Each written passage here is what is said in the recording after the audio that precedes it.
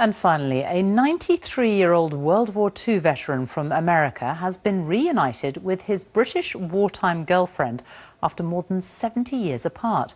Norwood Thomas and Joyce Morris fell in love in London shortly before D-Day, but they lost touch after a misunderstanding. Last year, 88-year-old Joyce, who now lives in Australia, decided to try and trace him. When their story went public, hundreds of people made donations to pay for the couple's reunion. Richard Lister reports.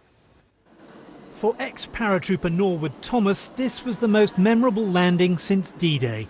He arrived in Adelaide after more than 7 decades, wondering what became of his wartime sweetheart. What's the first thing you're going to do? I'm going to give her a squeeze.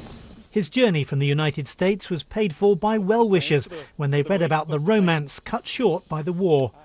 They met by the River Thames in 1944. Joyce Morris was 17. They went boating and fell in love. She had a smile that would melt you, and of course I would melt it. And it very rapidly developed into something from attraction to a very strong affection.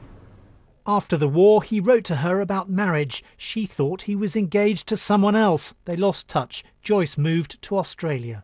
The couple first met in London. But last year, their story went viral when she tracked him down on a whim and they talked of a reunion. You know, to find somebody who loves you and you love them in the latter years of your life, it would rather be special, wouldn't it? And it was. When you're still vertical. Hello. Give you a squeeze. They'd waited almost a lifetime for this. So long. Yeah. Isn't it been a long time? So very long.